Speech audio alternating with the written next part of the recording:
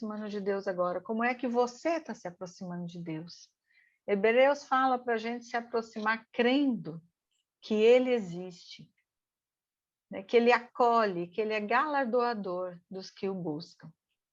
Então, pensando nessa aproximação, né, a Bíblia fala muito das pessoas que se aproximavam de Jesus, e hoje somos nós, mulheres comuns que nos aproximamos do Senhor, para ouvir a voz dele. Então, eu queria contar uma história que está na Bíblia, eu não vou dizer aonde, não procure, preste atenção na história, e eu vou querer depois que vocês me ajudem com a história, tá bom? Então, só acredite que está na Bíblia. Então, a história que está no coração hoje é essa daqui. Certa mulher, esposa de um dos discípulos dos profetas, clamou a Eliseu dizendo: Meu marido, teu servo, morreu, e tu sabes que ele temia o Senhor. É chegado o credor para levar embora meus 2 filhos como escravos. Eliseu então falou para a mulher: O que eu posso fazer por você? Me diz, o que é que você tem em casa? E a mulher respondeu: Tua serva não tem nada, senão uma botija de azeite. Eliseu então falou para ela: Vai a todos os teus vizinhos e pega vasilhas vazias e não poucas. Depois entra na tua casa, fecha a porta sobre ti e teus filhos e deita o azeite nas vasilhas, separa que tiver cheia. A mulher se foi, entrou em sua casa, fechou a porta sobre si e seus filhos. Os filhos lhe entregavam as vasilhas e ela enchia. Então ela disse a um dos seus filhos: Me passa mais uma vasilha. E ele disse: Não tem mais. E o azeite parou. Então a mulher foi e contou tudo ao homem de Deus. E ele lhe disse: Vende o azeite, paga a tua dívida, e você e o seu filho, seus filhos vivam com o resto. Amém? Amém. Eu queria pedir para uma de vocês abrir o microfone e contar para a gente essa história. Que não é pregar sobre a história, tentar lembrar a história com a gente aqui. Quem quer se candidatar? Quem é corajosa?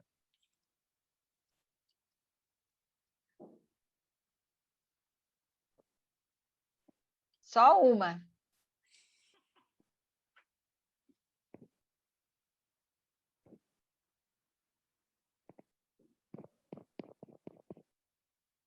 Então, posso escolher? Vamos tentar, Eliane? Fui escolhida. Foi escolhida. Eu já li. Ah, tá. É para contar a história, né? Eu sei O que que eu você lembro. lembra da história, agora do que eu contei? Então, mas eu lembro realmente dessa mulher que ficou viúva com esses 2 filhos. Eu lembro desse azeite que foi milagrosamente multiplicado. Mas eu não me recordo agora o livro. Não, não é o livro, é contar a história. Você começou bem. A mulher, ela Contar a era história. o quê? Ela era Isso, ela viúva. ficou viúva com 2 filhos pequenos e tinha dívidas que ela não Isso. podia pagar e que estavam querendo tomar os 2 filhos dela, né, como pagamento dessa dívida, né? E ela foi então atrás do profeta Eliseu, que ajudou ela, que falou para ela e do jeito que ele pediu para que ela fizesse, ela fez, ela obedeceu, né? E ela obteve esse milagre, né? Desses azeites que foram a ajuda dela para ela pagar a dívida e não perder os filhos dela, porque os filhos dela, os filhos dela era para ser tomado, acho que como escravo, né? Para pagar essa dívida. Uhum. Muito bem, é isso mesmo. A gente vai olhar com calma essa história. Então, queria começar, vamos pensar nas cenas dessa história. Primeira cena, uma mãe viúva, e o texto conta para a gente que o marido dela não era assim qualquer pessoa, né? Ele era um servo de Deus, ele era um discípulo dos profetas, ele estava estudando para ser um profeta do Senhor, mas ele morreu. Ele morreu e deixou ela bem confortável, com nenhuma dívida, foi isso? Não, a dívida era tão séria que ela estava perdendo os 2 filhos para pagar a dívida. Irmãs, nós vivemos numa época agora que a gente tem muitas viúvas. A Covid deixou muitos órfãos, deixou muitas viúvas, e junto com essa situação, além de perder, né, o marido ou perder os pais, né, a questão financeira pega bastante. Mas eu queria pensar com vocês que o maior problema da mulher não era dinheiro, era perder os filhos. Ela já tinha perdido o marido. Está sendo tão difícil para a gente lidar com perdas, perdas de pessoas próximas, perdas de irmãos da igreja, vizinhos, né? E perder, além do marido, perder os 2 filhos. Né? Hoje em dia a gente tem a pandemia que tem levado pessoas, mas a gente tem também outros problemas que podem estar levando os filhos. A gente tem drogas, a gente tem prostituição, a gente tem ideologias, né? Os filhos estão sendo seduzidos pelo mundo para realidades que afastam eles de Deus. Então, aqui o texto fala para a gente que aqueles meninos eles estavam a ponto de serem escravos. Os nossos jovens hoje correm o risco de virarem escravos, escravos desse mundo, escravos de ideias. Essa semana eu estive aconselhando uma irmã muito querida, muito próxima, criou o filho na palavra, na igreja, um menino cheio de dons. Na pandemia ele começou a ler um monte de livro e ele chegou para os pais e falou: mãe, eu não acredito mais em Deus. Ele entrou no meio de um monte de ideias, de autores que questionavam a existência de Deus. Né? Essa mãe hoje chora porque o filho dela está escravizado de uma ideia desse mundo. Então, eu queria que a gente prestasse atenção, assim, que nós, como mães, como mulheres, como servas do Senhor, a gente precisa estar atenta nas coisas que querem escravizar os nossos jovens, os nossos filhos. Mas então essa mulher estava desesperada. E eu queria perguntar para você, quando você tem uma dívida grande, quando você tem, no caso, um problema com os filhos, para onde você corre?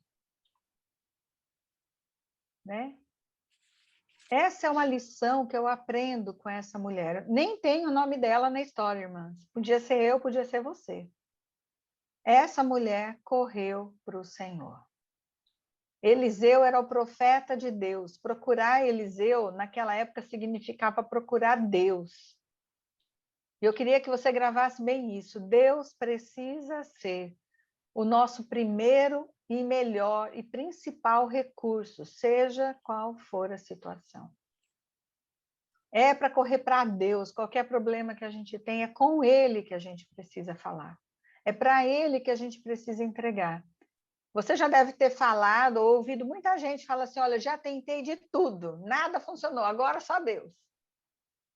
Né? Parece que a gente vai tentando do nosso jeito, a gente corre falar com alguém, com outra pessoa, vai tentar daqui, vai tentar de lá. Quando nada funciona, aí a gente diz: agora é só Deus.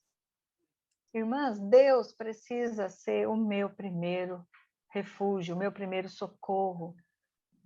É para Ele que eu preciso colocar o que está doendo no coração, os meus medos, os meus problemas, é para o Senhor. Então, o Senhor tem sido o seu primeiro recurso? Quando você tem um desentendimento com seu marido, para quem você corre? Quando você tem algum problema no trabalho, para onde você corre? Essa mulher sem nome me ensina que eu preciso, eu posso, eu devo correr para o Senhor em primeiro lugar. Então ela corre para Eliseu, Eliseu parece que fica com uma cara meio de paisagem, né? Mas o que eu posso fazer por você? Eu lá sou banco. Seu problema é dinheiro, eu não tenho dinheiro, não. Eu fico imaginando, né, Ana Rosa, esposa de pastor, se o povo for pedir dinheiro lá para o Pablo, né, na igreja, como é que vai resolver? Né? Então, Eliseu parece que fica assim: o que eu posso fazer? Esse problema é grande. Mas ele faz uma pergunta muito importante para ela. Me diz aí, o que é que você tem em casa? O que tem a ver, né? Se ela tivesse dinheiro, ela não ia ter ido até Eliseu. Parece que a pergunta dele não faz sentido. É tipo assim, ó, nada que eu tenho, vai resolver a dívida, porque se resolvesse, eu já tinha pago essa dívida. Né? Mas ele pergunta, o que você tem em casa? Olha como a gente parece com essa mulher, olha a resposta dela, ela começa assim, a tua serva não tem nada. Irmãs, eu conheço bem esse sentimento, e imagino que você também. Você olha para o problema grande, parece que vai engolir a gente. E aí você fala, eu não tenho nada para lidar com isso. Eu não tenho recursos, eu não tenho emoções, eu não tenho estrutura, eu não tenho como enfrentar esse problema. É tão fácil a gente olhar para dentro da gente e ver nada. Eu não tenho nada, eu não sou nada. Né? A história vai mostrar para a gente que essa mulher ela tinha vários recursos e a gente vai falar sobre eles. Mas aos olhos dela, ela não tinha recurso nenhum para enfrentar aquela situação. Mas como Eliseu perguntou, ela põe uma vírgula lá na frase, né? Eu não tenho nada, senão uma botija de azeite. O azeite ele tinha um valor imenso, mas uma botija de azeite não ia salvar os filhos dela. Né? O valor dos 2 meninos, a dívida era alta, então, o que ela tinha, aquela botija de azeite não servia para muita coisa. Mas ela se lembra da botija de azeite. E ela fala, Eliseu, profeta do Senhor, eu tenho uma botija de azeite. E aí Eliseu faz uma coisa doida, né? Ele manda ela sair bater na porta dos vizinhos. Né? E vai falar o quê para os vizinhos? Vai pedir vasilha vazia, vai pegar sucata na casa dos vizinhos. Que coisa mais estranha. Manda fazer isso, manda entrar em casa, fechar a porta e derramar o azeite na vasilha. No mínimo, gente, era conversar com o Eliseu. Eliseu, para que eu vou pegar a vasilha vazia? Vou passar essa vergonha de ir lá falar com os vizinhos. Né? Como é que vai ser isso? Vou me trancar em casa com os meninos? O que vai acontecer? Irmãs, a mulher estava pedindo socorro a Deus. Quando a gente pede socorro a Deus, a gente tem que manter o coração disposto a obedecer o que Deus fala. A gente quer a ajuda de Deus, mas a gente quer que Deus faça do jeito que a gente quer. Às vezes, as nossas orações, a gente até explica para Deus, né? Deus faz assim, conserta aqui, mexe ali, faz assim, assado, né? Não é isso que a gente vê na vida dessa mulher. Ela estava com o coração pronto para obedecer, por mais estranha que era a ordem de Deus. Já aconteceu comigo, fui pedir ajuda de Deus e tudo que Deus me falava era assim, perdoa. Eu não, Senhor, não é justo perdoar essa pessoa. Não quero perdoar, não, eu quero consertar de outro jeito, né?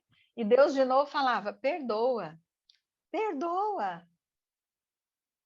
E eu fui discutindo com Deus. Depois eu falei, puxa, eu pedi a direção de Deus, Deus me mandou perdoar e eu não quero fazer, porque eu quero do meu jeito. Então, irmãs, Deus é o nosso primeiro recurso. E a gente, quando pede ou corre para o Senhor, a gente precisa ficar atenta ao nosso coração e manter o coração disposto a fazer o que Deus direcionar. A gente é cheia de nós estamos certas e os outros estão errados. A gente quer que Deus mude o outro, mude as pessoas. Às vezes Deus vai pedir para a gente se humilhar, para dar passos para reconciliar. Né? Deus vai tratar a vida da gente, como Ele fez com a vida dessa mulher. Então ela obedeceu, do jeito que a Eliane falou na hora que ela explicou a história aí, né? Ela obedeceu tintim por tintim, tudo que Eliseu tinha falado. Uma parte da fala dele é muito importante a gente parar para pensar. Ele fala para ela entrar em casa e fechar a porta. Puxa, se Deus ia fazer o milagre, não era melhor abrir a porta, abrir as janelas, ou até fazer isso do lado de fora para que todo mundo visse o milagre?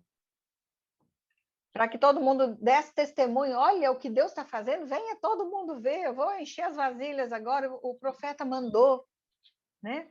A gente quer isso, a gente quer logo publicar o que Deus está fazendo.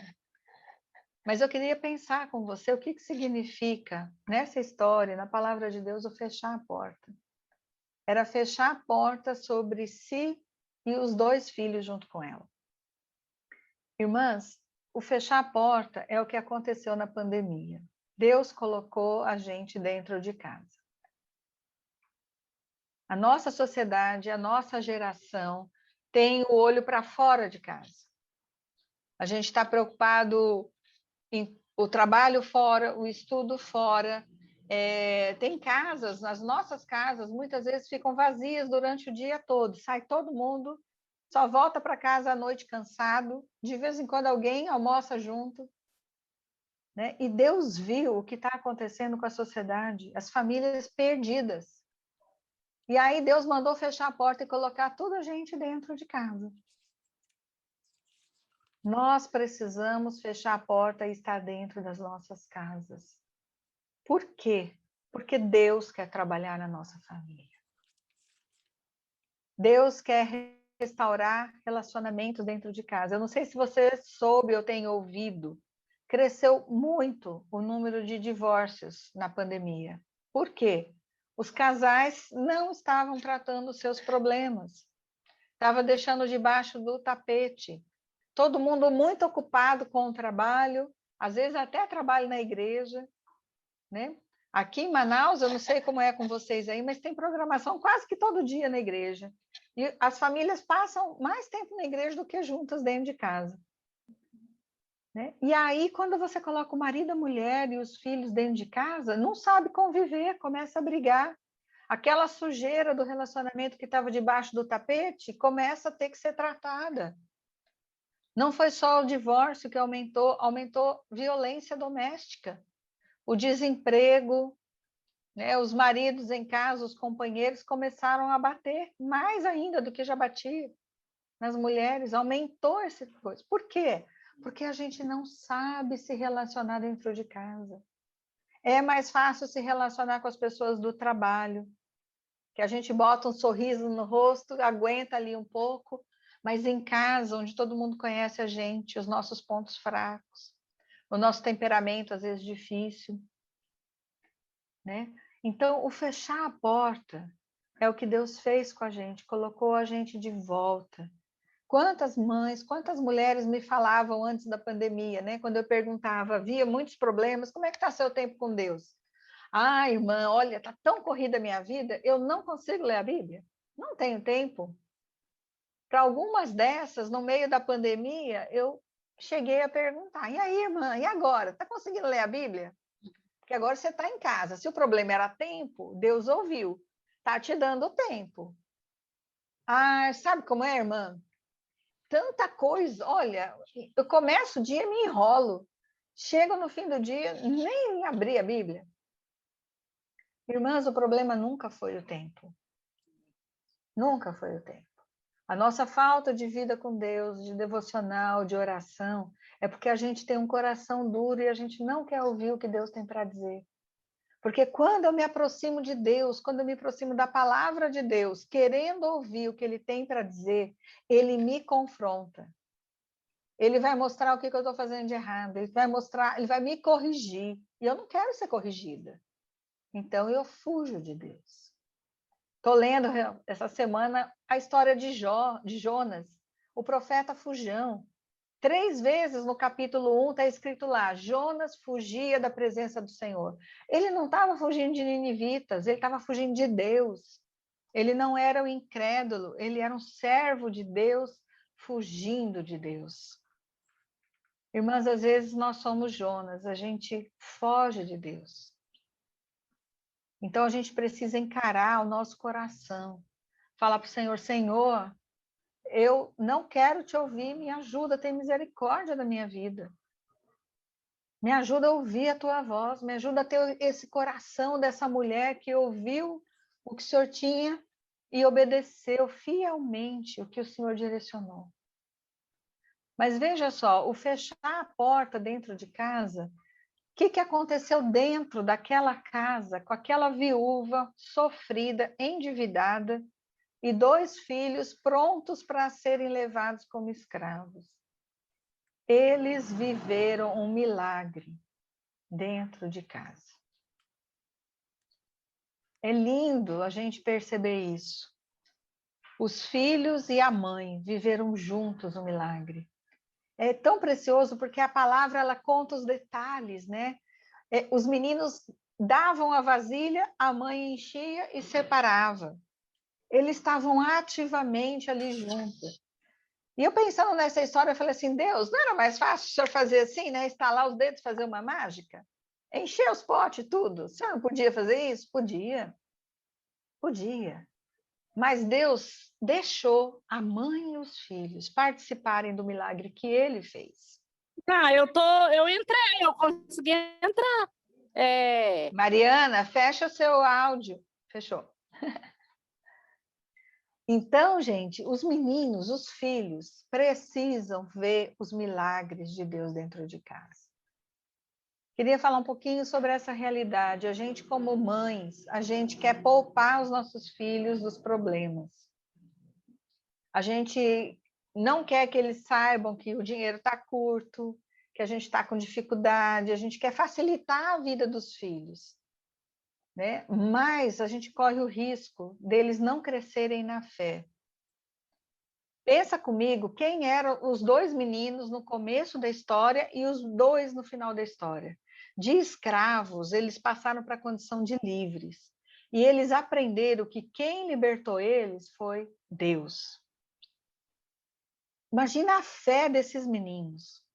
Olha o testemunho que eles iam ter para contar. Chegar lá na igreja, né? Na igreja do profeta Eliseu, lá na sinagoga, e falar assim: olha, eu vim aqui dar meu testemunho, eu ia ser escravo, mas Deus me libertou e eu sou livre em Jesus.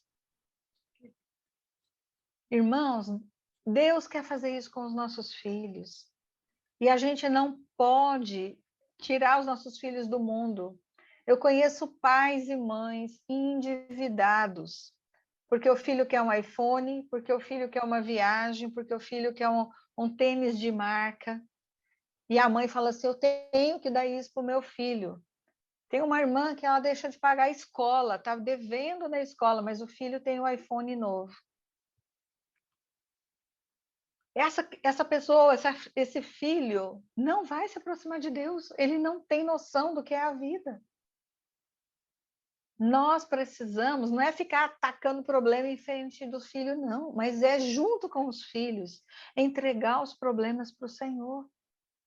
Viver essa realidade da fé, meu filho, vamos orar.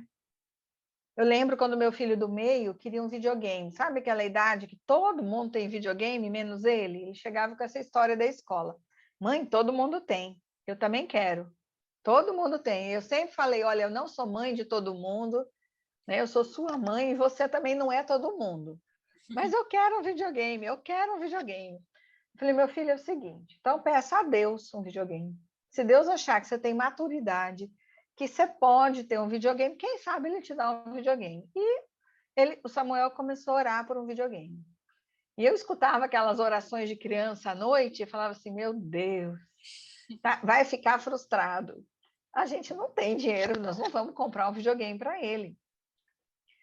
E aí a gente saiu, foi para São Paulo, na nossa igreja, chego na casa da minha prima, assim que eu entrei na casa dela, ela me chama na cozinha, ela falou assim, Elaine, o Matheus ganhou um videogame novo do vô dele, faz 2 meses que o antigo está guardado numa caixa, com todos os jogos, ele está esperando o Samuel vir aqui para ver se o Samuel quer o videogame dele. Você aceita um videogame usado?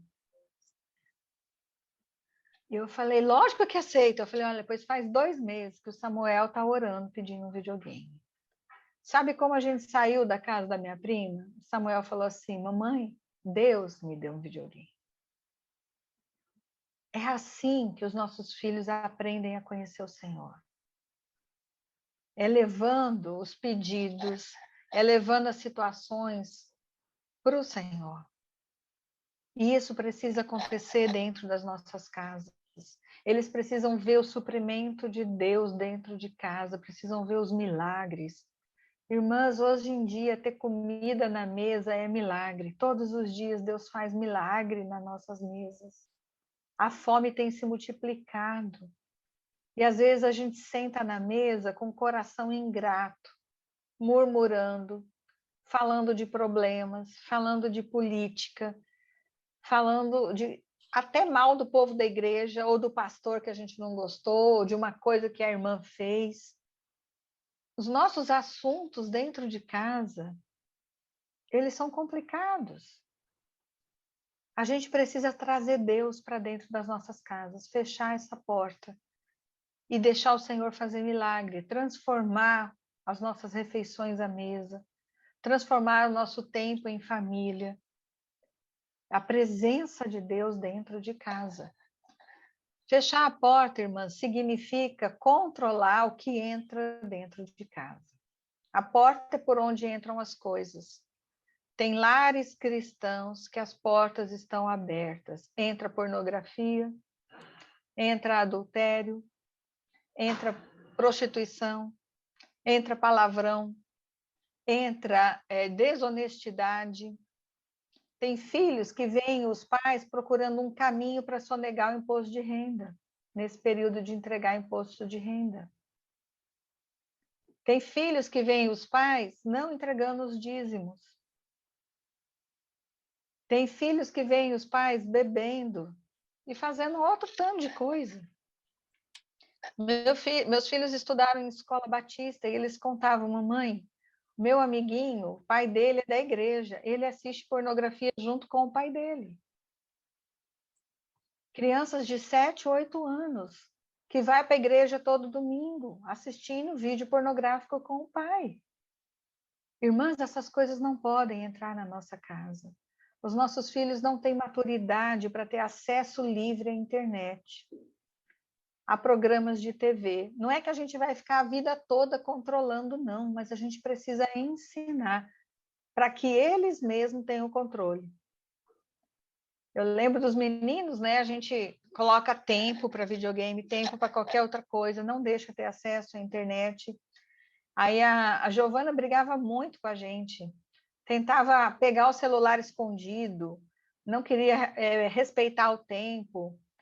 E aí passou os anos, né? A Giovana vai casar agora. Acho que faz 2 anos, no encontro de mulheres, ela levantou para dar o testemunho. Ela falou assim: olha, eu briguei muito com a minha mãe, dei muito trabalho para o meu pai, porque eu não queria limite com celular, com internet, mas hoje eu agradeço a Deus porque eles fizeram isso, porque hoje eu entendo que eu não tinha maturidade para ficar com o celular na mão, com a internet liberada, aquele conteúdo não me fazia bem, e ela falou, mamãe, obrigada, porque você colocou limites para mim. Nossos filhos não têm condição de gerenciar as coisas que entram, nem adultos.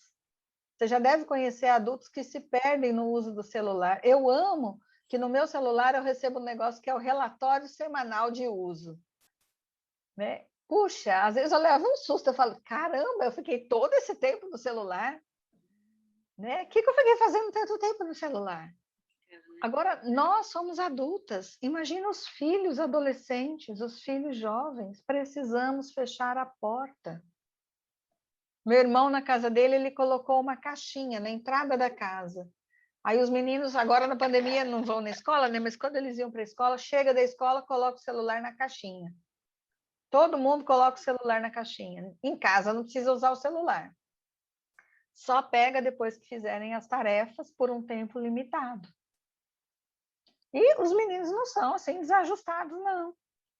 Né? Chiaram um bocado, mas depois entenderam que era para o bem deles. Então, irmãs, precisamos fechar as portas, a começar na nossa própria vida. Né? Não dá para você falar para o seu filho, não usa e você usa. Né? Aqui em casa tem uma regra, a gente não usa celular à mesa na hora do almoço, na hora do jantar. Mas às vezes eu estou falando com a minha mãe, estou falando com o filho, eu vou com o celular para a mesa. Aí eu fico olhando, como é que eu falo para ele não usar e eu estou com o celular na mão? Né? Então a gente precisa primeiro olhar para a gente. O que tem na nossa vida que não traz glórias a Deus?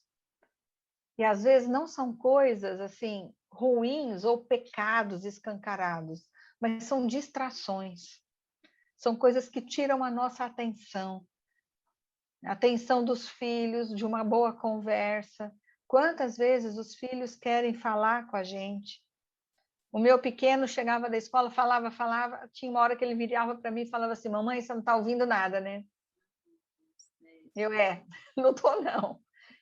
Os filhos percebem que a nossa cabeça não está ali, que a gente não está ouvindo nada que eles estão dizendo, que a gente está em outro lugar fazendo 1000 coisas ao mesmo tempo.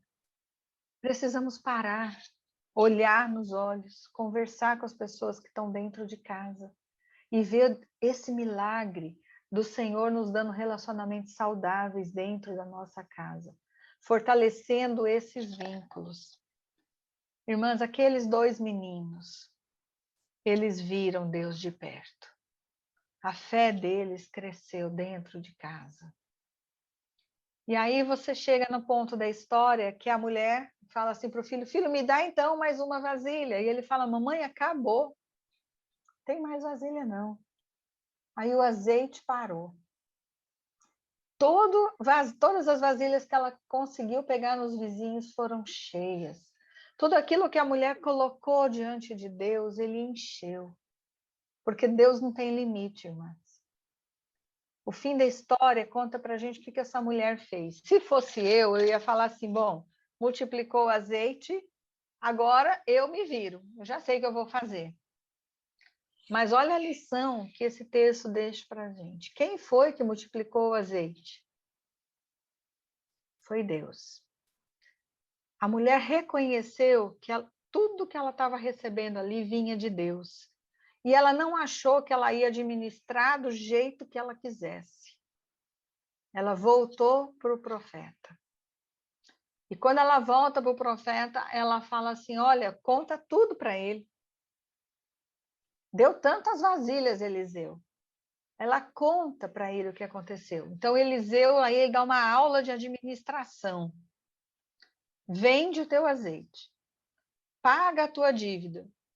Você e seus filhos vivam do resto.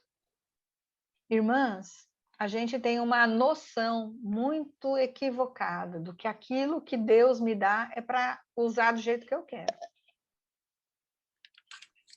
Não é. A Bíblia nos ensina mordomia. Tudo que recebemos vem de Deus e é para a glória de Deus. Sejam relacionamentos, seja dinheiro, sejam bens, tudo aquilo que Deus coloca na sua vida é um presente gracioso das mãos do Pai. E nós precisamos da orientação de Deus para administrar o que Deus nos dá. Não tente administrar o que você recebe de Deus do seu jeito.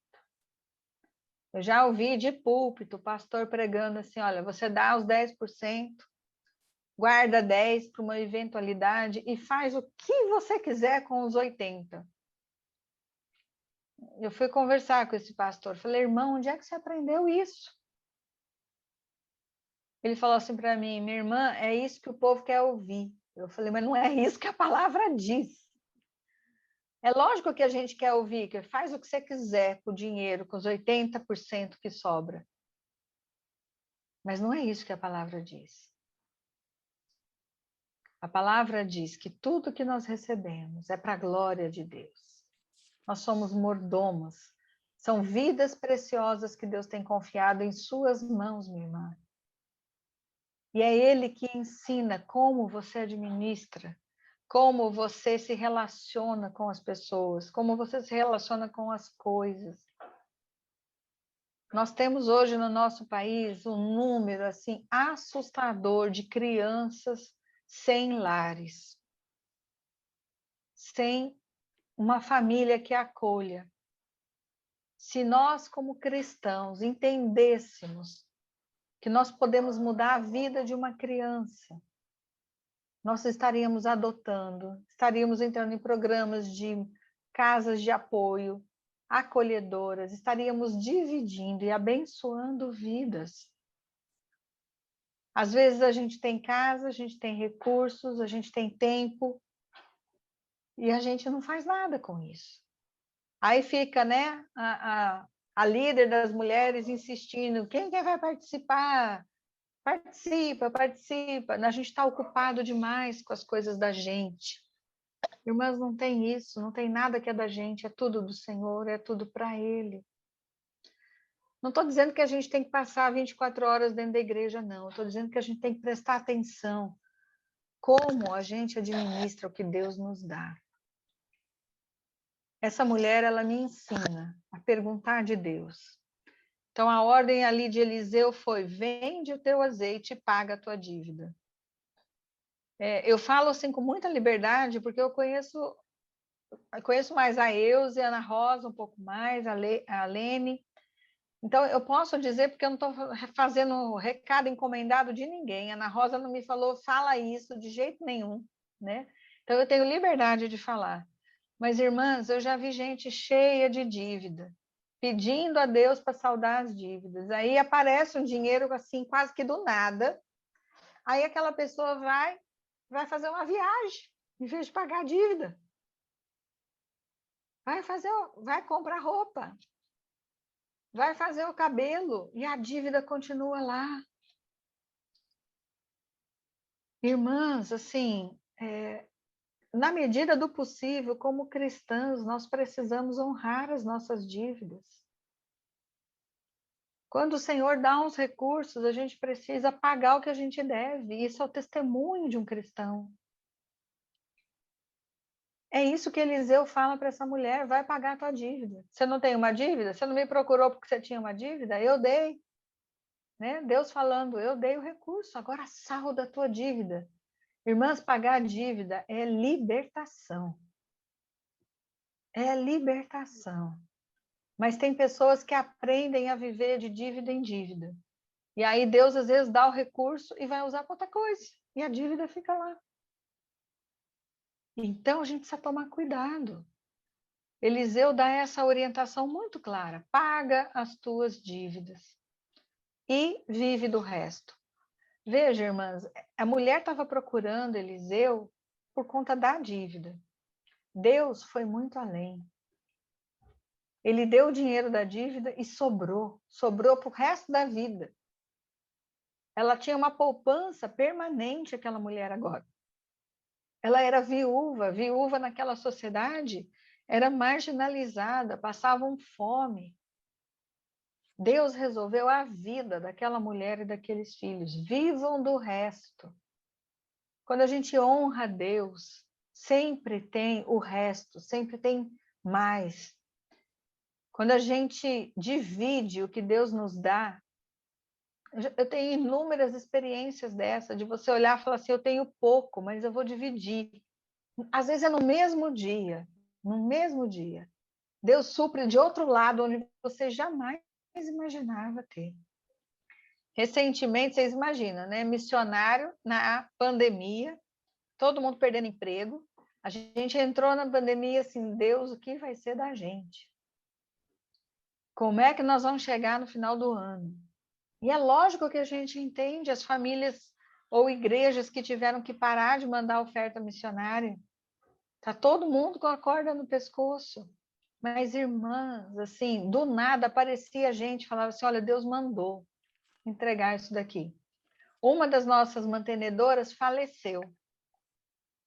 E aí a gente foi conversar com o marido, né, agradecer pelo tempo que ela era a pessoa que mandava oferta. A gente nem sabia se o marido conhecia o Senhor ou não, não tinha nenhum contato com esse marido. Vocês acreditam que já faz quase um ano que ela morreu? Mensalmente, esse homem, ele manda a mesma oferta para a gente. Ele fala: eu vou continuar, porque a minha esposa, ela tinha como prioridade abençoar a vida de vocês. Eu quero honrar a vida dela. Irmãs, isso é coisa que Deus faz.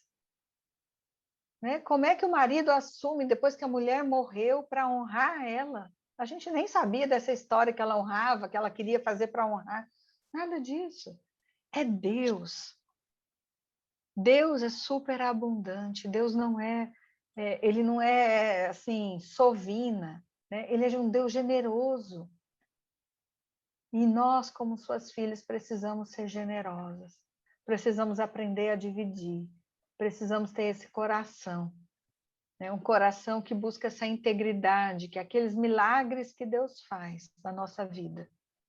De verdade, irmãs, ter o sustento, chegar no fim do mês no azul, sem dívida, é um milagre nos nossos dias. Nós precisamos ter um coração grato, reconhecendo o que Deus tem nos dado todos os dias. Sentar na mesa e falar: Deus, o Senhor colocou o pão aqui hoje. Que privilégio ter um pão na mesa. Não é aquela... Já escutei gente falando assim: vamos fazer uma oraçãozinha para almoçar. Não é uma oraçãozinha. A oração na mesa é um lembrete diário da fidelidade de Deus. É um lembrete diário do nosso relacionamento com Deus. Eu tenho o pão aqui, Deus, porque o Senhor deu.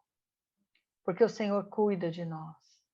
Porque o Senhor se preocupa e o Senhor está aqui. O Senhor está presente dentro da nossa casa. Já quero terminar, quero contar. Eu sempre conto essa história. Muitos de vocês conhecem o pastor John Barnett, da editora lá de São José dos Campos. Nós, como família, tivemos várias oportunidades de ficar hospedados na casa dele. Eu falo que é uma experiência que eu não troco pelo melhor hotel do mundo do que ficar uma semana, uns dias na casa do pastor Barnett e a dona Ana. É lindo ver na casa dele de manhã, ela arruma uma mesa de café simples, e ele vem andando, às vezes com um pouco de dificuldade da idade, dos joelhos dele, ele abre a Bíblia, ele lê um trecho da palavra de Deus, comenta rapidamente e faz uma oração.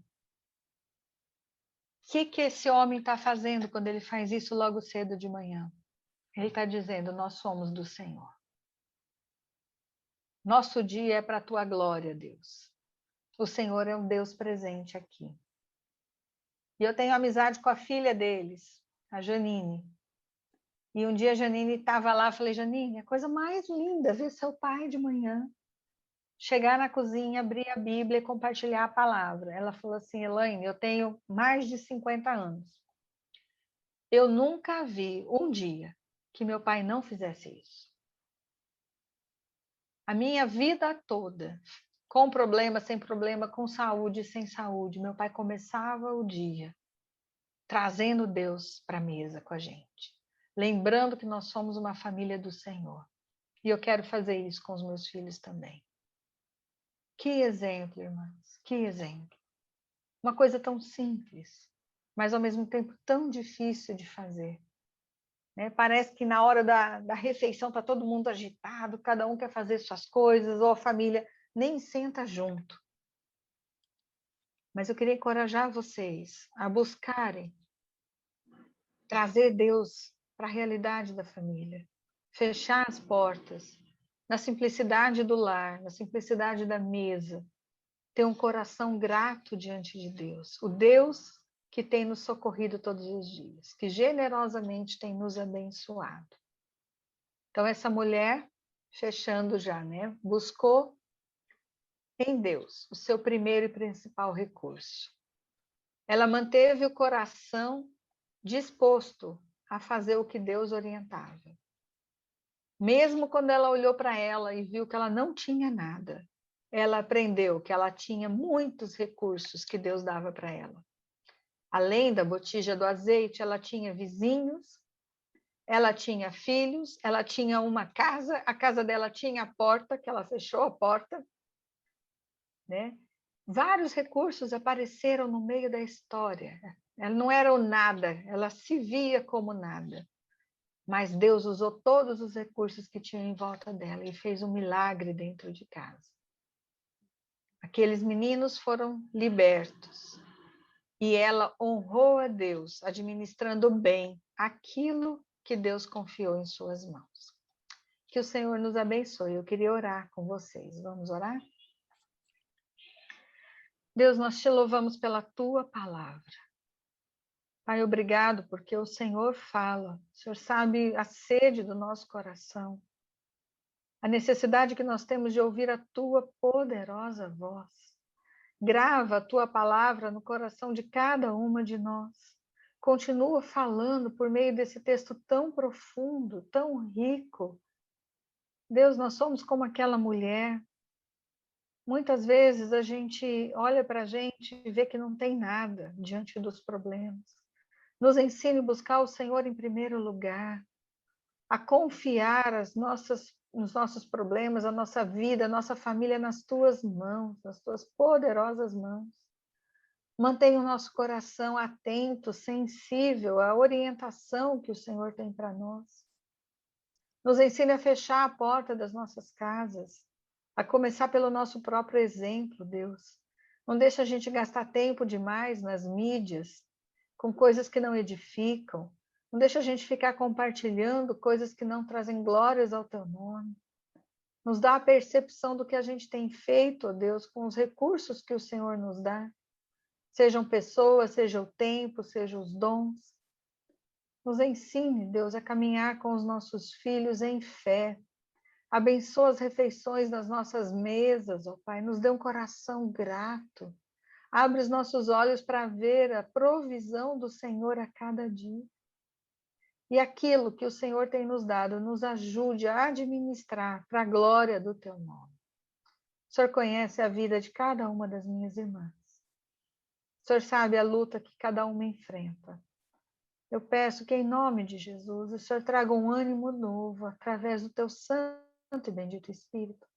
Que o Senhor encoraje, que o Senhor confronte, que o Senhor traga à mente, ó Deus, aquilo que precisa ser transformado. Deus, a gente não consegue mudar sozinha, mas nós temos o Senhor. A gente sempre tem os teus recursos para fazer a tua vontade. Então, dá disposição a cada uma de nós para te servir na simplicidade da nossa casa e aonde o Senhor nos coloca. Nos abençoe, Deus. Nós precisamos do Senhor e te rendemos glórias, porque o Senhor é santo, o Senhor é poderoso, o Senhor é fiel, o Senhor é o nosso Deus. Não há privilégio maior do que sermos filhas amadas do Pai. Nós te adoramos nesta tarde, em nome de Jesus. Amém. Amém.